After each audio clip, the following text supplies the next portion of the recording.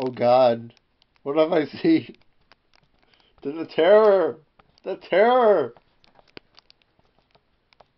This is almost as bad as Elvis Magical Christmas.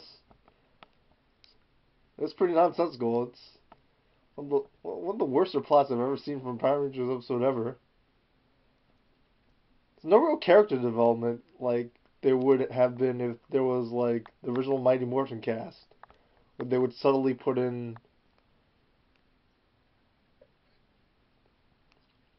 method acting. I don't know if it's method acting or if it's the other one, but like it would have been realistic, like how the characters would have reacted in the episode and stuff. What kind of input like the director would have gotten from them in the episode and stuff. But this is nothing. It's mainly just Kevin and Antonio and how terribly it's gone wrong from there. Antonio, well, let's see. Kevin's dedicated to being a samurai. All of the Rangers are dedicated to being samurai. They're all dedicated to being superheroes, except for Antonio. Antonio's just uh just fishing in the middle of the ocean. That's all he does. And then he's for some reason he's considered a superhero. Just his catchphrases and stuff that make him popular with the kids. Like he's a terrible role model for the kids. Because all he does is fish, do nothing, and then doesn't do his responsibilities. Nothing this episode. There's even a scene in the episode where all of a sudden like the entire city's on fire over there, and then all of a sudden Antonio's just sitting there with his back to it, with his headphones on his ears, and pretending nothing's happening. Noticing that nothing is happening. It's really one of the worst.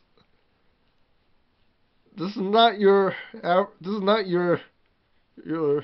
father's generation of Power Rangers, I would say.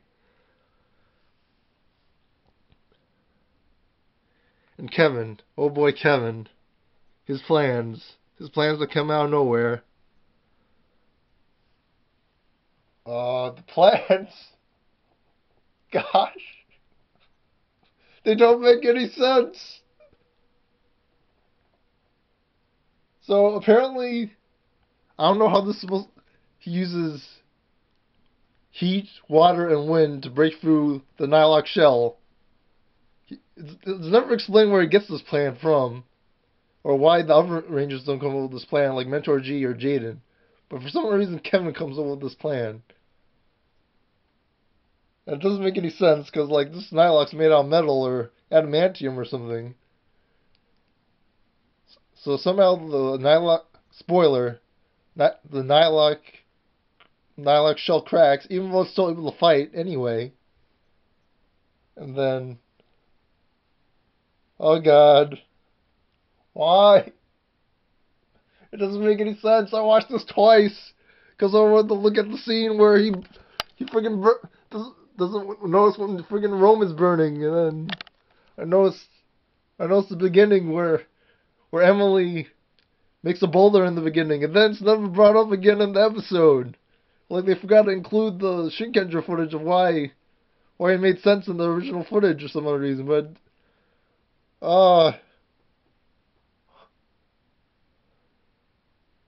where was I? I lost my brain. I think I had a cold today, and then I forgot about it because I watched this episode twice. Oh God. Where are my notes? Metal. The hole. The friggin' hole. You can't. First off, you can't talk about the hole in front right when the enemies are in front of you. Like there's nothing distracting him. Like you basically told him your strategy. Second, what's the relevance of a hole if you're holding down his arms? Just attack him already. You're holding down his arms. You're holding him in place. Just get him. Third off, why didn't you regroup to get him away from attack him off guard? And now he's like his guard is up because you already told him. Like you already have his arms up, and he knows that you're going for the weak spot. Did I talk about regrouping? Oh god, my brain.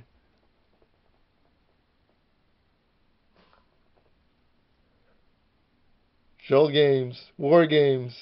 Quit playing games with my heart. God. Oh! Why? Why, Saban? Why? Oh. This, this plot doesn't make any sense. Oh, shoot.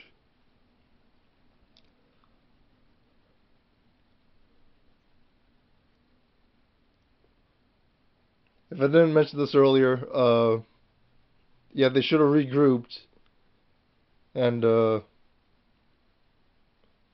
and,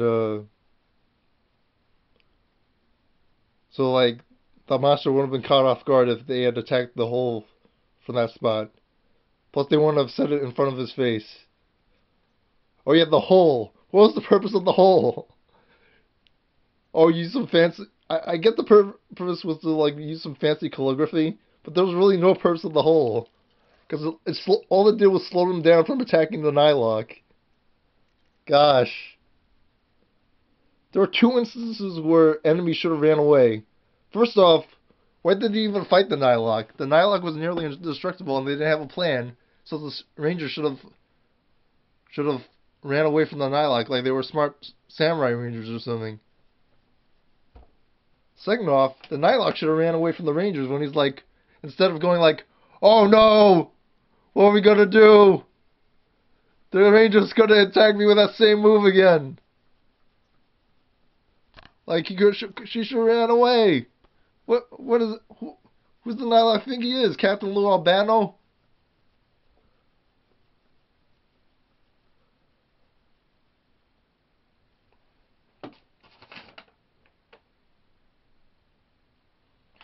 Right. I think the last thing I had to mention was just a funny note. If I was a director, and really since I really dislike Antonio's like character, not really much the actor's fault probably, but for just because I dislike the Antonio character, and probably because I hate samurai also, I would have Antonio run around with that water cooler all the time, purposely saying cuts, even though the first take would be alright, just so I would see the actor playing Antonio carrying around that water cooler.